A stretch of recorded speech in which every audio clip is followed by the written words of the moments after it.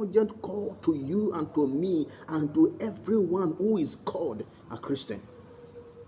And God was speaking to Jacob. He said, arise, wake up now. This is the right time. Wake up, arise. This is that time. Arise, this very time. Don't say tomorrow. Don't tarry to tomorrow. Don't say next tomorrow. Don't say later in the day. Don't say later in the week. Don't say in the next 1 minute. This is the right time. He said, arise, go up to Bethel and dwell there. The coming of Christ is closer than ever before. Than before. The coming of Christ is closer than ever than before. The coming of Christ is very closer to us than when we started the journey. I think that's where the issue is. Many Christians are not relaxed. Things that do not matter before now, that matter to us before now, we are saying that it matters now. It matters now. It doesn't matter. Let's leave it aside. That look doesn't matter. God is after the heart. God is not after those ones again. Let's leave these ones. Let's preach this one. Let's preach this. We've been preaching this for several years, and what are the results that we're seeing? Let's leave it. And that is where we are, and sin begin to creep in. Sin begin to move in. Sin now, if we see people who dress decently to some churches now, they look odd among the members in that church. When you see a sister who is decently dressed on the street, she look odd among other ladies on the street because of what? Because it look modest. Things that so need to be celebrated are things that have become what people will look at it as a shameful act. Sin is no longer hidden. Fornication, nakedness is no longer in the house again. It's no longer in the world. It's no longer on the TV again. Now it's on every street. It's on every street and every corner of our houses. That is why we must return. If we call ourselves a Christian, let's go back again and see how our fathers started. How they burned the bridge behind them. How did they really start? If we want to experience the revival, the fire that is manifesting among our fathers, we must take their part. Holy Spirit, thank you. Many are concerned about receiving mantle, but they are not concerned about the sacrifice. See, the mantle that Elisha received, is beyond just that garment that he put on. The nature of God, the nature of Christ, the lifestyle of Elisha was imprinted in him. The Spirit of God really dwells in him. That's what mantle is. If you want to seek the mantle of Pastor W.L. Kumi, if you want to seek the mantle of Evangelist Bonke and all that, Billy Graham, men who toil in the face of the earth. If we want to get the mantle, if we want to be like them, we must go through the sacrifice that they have did and paid. We must pay the price also. Men who stood for holiness, are we still standing for holiness? Look at what is happening on our pulpit today. Look at what the Lord said. He said, and the Lord speak to Jacob and said, arise, go up to Bethel, and dwell there, and make an altar unto God that appeared unto thee when thou fleddest from the face of Esau thy brother. Now, where is your own Bethel? How did you meet the Lord? How did you meet the Lord? That is a question you must ask yourself. Where did you meet the Lord, and when did that happen? How did you meet the Lord? Where did you meet the Lord? When did that happen? And the third question is that the bridge, the bond, are you building back those bridges? The question is that where is our dedication? Where is our commitment to the cross? Where is our commitment to our calling? Where is our commitment to Christianhood? Where is our dedication to those things that we see? Are you still standing in the faith, or you are forsaken in the faith? Are you not more relaxed and say, everything is okay? We thought that this was wrong before, but now it is no longer wrong before. Now we thought it was sin before, but literally it wasn't sin. Beloved, Apostle Paul says it, all things are lawful, but all things are good. But for my brethren's sake, I abandon these things. It's not until it's spelled out to be sin before you know that it's wrong. Galatians chapter 2. Let me not bore you.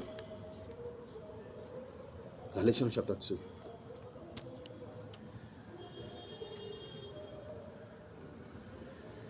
This is an urgent call to everyone.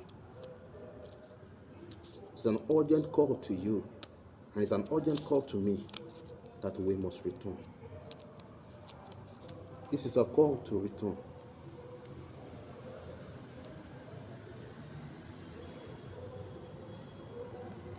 We must all return.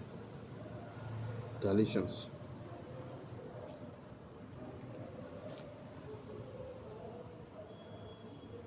Apostle Paul was speaking in Galatians chapter 2 verse 20. He said, I am crucified with Christ. I am crucified with Christ. Underline that statement. I am crucified. I am crucified with Christ. Nevertheless, the life I live, it is no longer I, but Christ who liveth. I am crucified. Not I was crucified with Christ. Can we still boldly say as believer, can you, beloved brother, beloved sister, can you still say you are crucified with Christ? Or you can only say, I was crucified with Christ. It's the present continuous tense that is an action that we must continually, as we wake up every day, we can confess with that we are you still crucified with Christ? Look at the way you live your life. Look at what is happening in the church. Are we crucified with Christ? Are we still crucified with Christ? Or we have gone back to the old life that we were living before? Have you allowed the flesh to wake up in you again? Have you truly forsaken that old life? Or we have gone back to that old life? Are you still crucified with Christ? It's a question that you must ask yourself. Am I still crucified with Christ? Is Christ still living in me? Or is me that is living? Say the life I live is not longer I that live, but Christ living. Is that the same for you, beloved? Are you still crucified with Christ? It's the question that we must ask ourselves. I am crucified. That is the confession of Apostle Paul. I am crucified with Christ, but for you, are you still crucified with Christ? What it was, I was crucified with Christ. No, that's not what Apostle Paul said. He said, I am crucified with Christ. Are you still crucified with Christ? Are you still living for Him? Or you're not living for the flesh? Or you're not living for your own desire? Or you're not living by your own is the Holy Spirit still dictating your life? Is the Spirit of the Lord still dictating your life? Or you are choosing your own life? As technology is increasing, things are changing, things are transforming. So your Christian life is transforming, it's metamorphosizing every season. It changes as the season goes, it changes as the time goes, it changes as the years go. Beloved, you are deceiving yourself. You are deceiving yourself. You must stand on that faith where you first started and run the race to the very end. He that overcometh, he that waited patient, is he that will be crowned. It's not he that started the journey 20 years ago. If you started the journey in the early 80s and now you are no longer standing, you have failed. Apostle, am crucified with Christ. Are you still crucified with? It's a question that you ask yourself. Are you living for God or you are living for yourself? Look at what has happened in our church. There is an urgent call that the church will return back to where we started. The question I will ask again is, as a minister, do you see preservation message? As a minister, do you see the need of speaking about sanctification, the removing of the Adamic nature? Do you see that the need of preaching that? Or you have gathered people who have itching ear that just want to hear what they are preaching, what the people want to hear. This is a clear call to everyone, to the ministers, to the pastors, to the evangelists, to the bishop, and to everyone who called himself by the name of the Lord. We must all return back to the Lord. Our fathers are still with us, and they labor what they labor for, what they've discarded, what the foundation they laid. We are now forting the foundations of our fathers. We are now forting. We have understand the scripture enough that we are forting the foundations that our fathers laid. We must return back to where we first started. If we continue like this, our time will come that Christianity and our church buildings will become a disco hall that people no longer come for transformation anymore. How will you want me to be transformed when I'm learning from the word, a word of fornication, a word of evil? I'm coming into church, I see a higher level, an advanced level of malice inside the body of Christ. An advanced level of wickedness inside the church, an advanced level of bitterness inside the church, an advanced level of fornication inside the church, where I ran from the world, what I forsake in the world, running to the church thinking that there will be shelter. Our churches are no longer a place for shelter for people again. It has become a den of lions. It has become where people are devoured. A young girl who ran from the world, said the world is sinful, let me go to the church, and came to the church and thought that the church is safe for her to stay and come with commitment and consecration. Unfortunately, they decided to join a choir. The choir master become who defied that same girl. The same girl who ran from fornication from the world is being defied by choir master in their own church. And all we say is that grace has covered it. No wonder the scripture says that judgment will rise from the house of God. Beloved, it is time we must open our eyes and go back to what our fathers did. If we would journey from where they stopped, if Christianity will stand again, if Christ will come for a blaming and spotless church, we must rise on our feet as a Christian, as a minister, as an infant. We must rise on our feet to declare the truth. We must rise on our feet to declare the true counsel of God. We must rise on our feet and declare salvation message on our altars again. We must preach holiness message again on our altar, so that men and women will restore. See, if you're not careful, the generation of Christians, our children we are giving birth to, will not really understand the scripture. It may be in their own days, and they begin to cry the same cry they cried that was cried in the scripture. You see, where are those things that our father told us about? If you are not careful, our children may experience that. They will come to they will lack the definition of holiness. They read definition. I'm not talking about this. They just define what holiness is. I mean experientially. Pastors, we must preach on our altars again what sanctification is. We must preach on the altar again the efficacy of Christ's sacrifice. We must preach again the passion of Christ. We must preach that message again and again until people are transformed. If we do not rise at this time, I told you earlier, it's an urgent call. If we do not rise at this time, we may lose our Christian profession that we profess, that we confess. I pray that the Lord will help us. I pray that the Lord will help us. The same Apostle Paul was writing to the Galatian brethren. So, oh, ye foolish Galatians, who has bewitched you? Who has bewitched us? Who has bewitched us? The word has enticed us to the point that we have brought the world into the church. Who has bewitched us? That we start in the faith, and now we start in the spirit, and now we are ending with the flesh. Who has bewitched us? It's an urgent call to us all today, and I pray the Lord will help us, and we will return.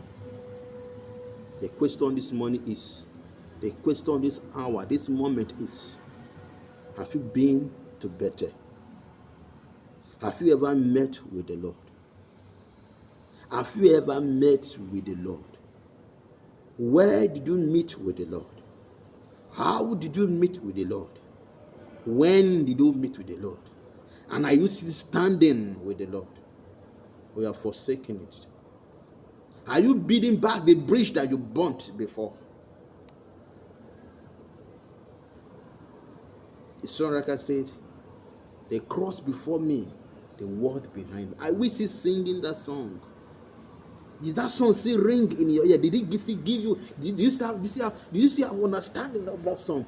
Is the cross still before you, or the cross is not beside you? You are carrying the cross. You are holding the cross on the left, and the word is on with you on the right.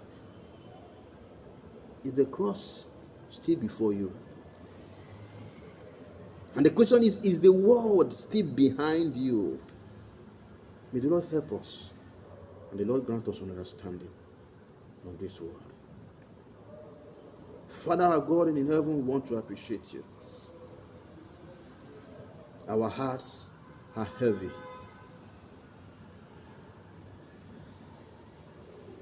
We saw the sacrifice of Christ on the cross of Calvary for us. He paid the price for our redemption. Lord, we are crying on today that it will not be in our own days that the sacrifice of Christ will be vain. It will not be in our own days that the sacrifice, the suffering of Christ on the cross of Calvary will be rubbed under the feet, will be trampled under the feet. Help us, Lord. Help us, Lord. Help us, Lord. You that is the keeper of men, keep us, Lord. Keep us till your coming. Keep us till your coming. Jesus, you say you're coming for a spotless church and a blameless church. Keep your church spotless. Keep your church blameless. Jesus, you promise in Malachi that you will sit as a refiner. Sit over your church. Sit over our individual lives. Sit over our family to see that purity reigns, to see that holiness reigns, to see that righteousness reigns in our churches again. You see that salvation, repentance from sinful life being preached on our altars again. That sanctification message will come from our altar again. Lord, quicken us. Raise up men and women for yourself. Raise up the true preachers. Raise up the teaching priests that will rise for your counsel to be revealed. Help us that your name alone be glorified. We are sorry, Lord, but Lord, we ask that you will help us. Show us mercy. Show us mercy. Quicken us again. He said, if that same spirit that raised Jesus from the dead dwells in you, it shall quicken your mortal body. Lord, we ask for a quickening at this time and restore us back to yourself. Thank you, Father, For in Jesus' name we have prayed. Amen and amen.